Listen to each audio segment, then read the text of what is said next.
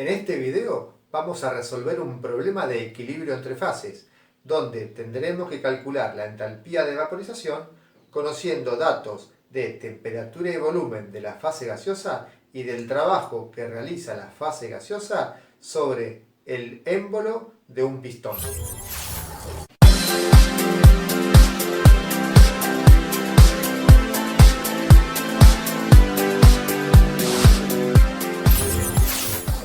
El enunciado dice lo siguiente: se realiza un experimento de presión de vapor utilizando un recipiente cilíndrico de 5 centímetros de radio, conteniendo en su interior un émbolo móvil, un modelo de pistón o de jeringa.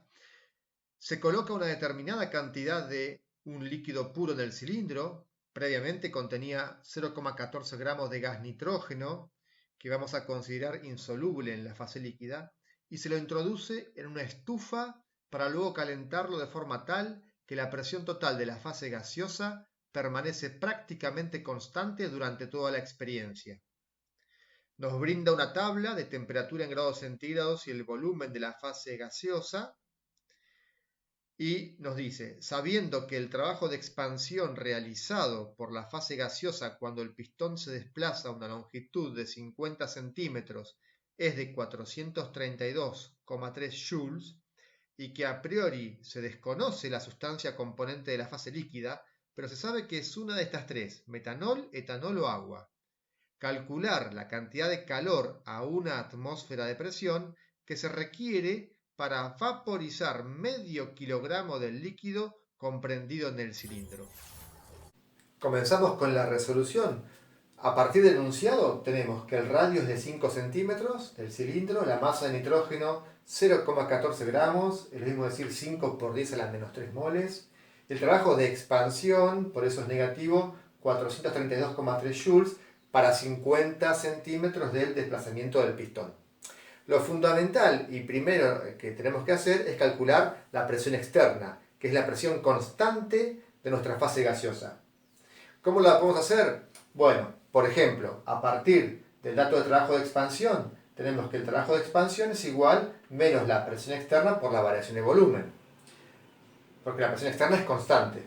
Esa variación de volumen, que es variación de volumen del cilindro, para 50 centímetros, porque tenemos el trabajo para 50 centímetros, realizado por la fase gaseosa para 50 centímetros de desplazamiento, esa variación de volumen es tanto como pi por radio al cuadrado por altura, que si reemplazamos vamos a tener una variación de volumen de 0,003927 metros cúbicos, ¿sí? De centímetros cúbicos pasamos a metros cúbicos. Bien, entonces, como tenemos el valor del trabajo de expansión para 50 centímetros y la variación de volumen para esos 50 centímetros, la presión externa nos da 110.084 pascales o bien 1,0864 atmósferas.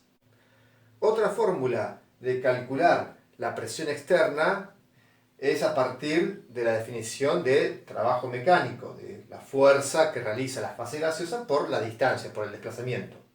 Bueno, tenemos que primero calculando la fuerza, trabajo sobre distancia, la distancia en metros es medio metro, fíjense que es 50 centímetros, siempre en el sistema internacional, nos da una fuerza, ¿sí?, que realiza la fase gaseosa sobre el pistón de 864,6 newtons, y como presión es la fuerza sobre la superficie, ¿sí?, pi por radio al cuadrado, nos da que la fuerza sobre la superficie 110.084 pascales o 1,086 atmósferas. De cualquiera de las dos formas está bien calculada. Muy bien, ¿qué datos tengo hasta ahora? Tengo la presión externa, que es fundamental, los moles de nitrógeno, que es el gas que tengo en la fase gaseosa junto con el vapor del líquido, y una tabla de datos experimentales de temperatura en grados centígrados y de volumen en centímetros cúbicos. Porque centímetros cúbicos es la lectura que tengo directa en el cilindro. ¿Qué tengo que hacer? Convertir de grados centígrados la temperatura a Kelvin y de volumen de centímetros cúbicos a litros. Muy bien. ¿Cuál va a ser la logística de la resolución? Calcular la presión del nitrógeno, la presión parcial de nitrógeno a cada temperatura. ¿Cómo? Lo considero ideal y la presión de nitrógeno va a ser los moles de nitrógeno por R por la temperatura en Kelvin sobre el volumen en litros. R usaré 0,082 atmósferas litros sobre mol Kelvin.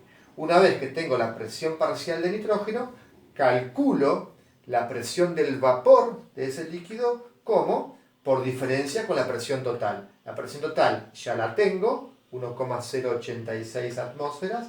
Le restaré la presión parcial de nitrógeno que voy a tener a cada temperatura de la tabla. Así tengo la presión de vapor a cada temperatura.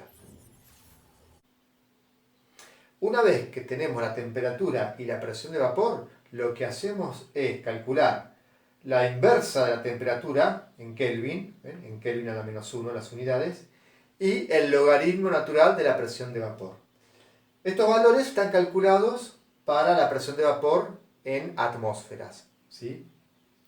El logaritmo natural, como saben, no tiene unidades. Si representamos el logaritmo natural de presión de vapor en función de la inversa de la temperatura absoluta, tenemos una representación lineal, ¿sí? Un ajuste lineal que hacemos con los puntos experimentales.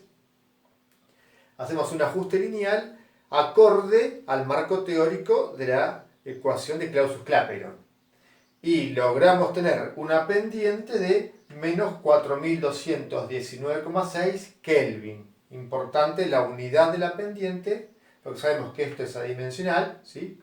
El eje Y adimensional, la ordenada dimensional y abscisas Kelvin a la -1 nos da una unidad, ¿sí?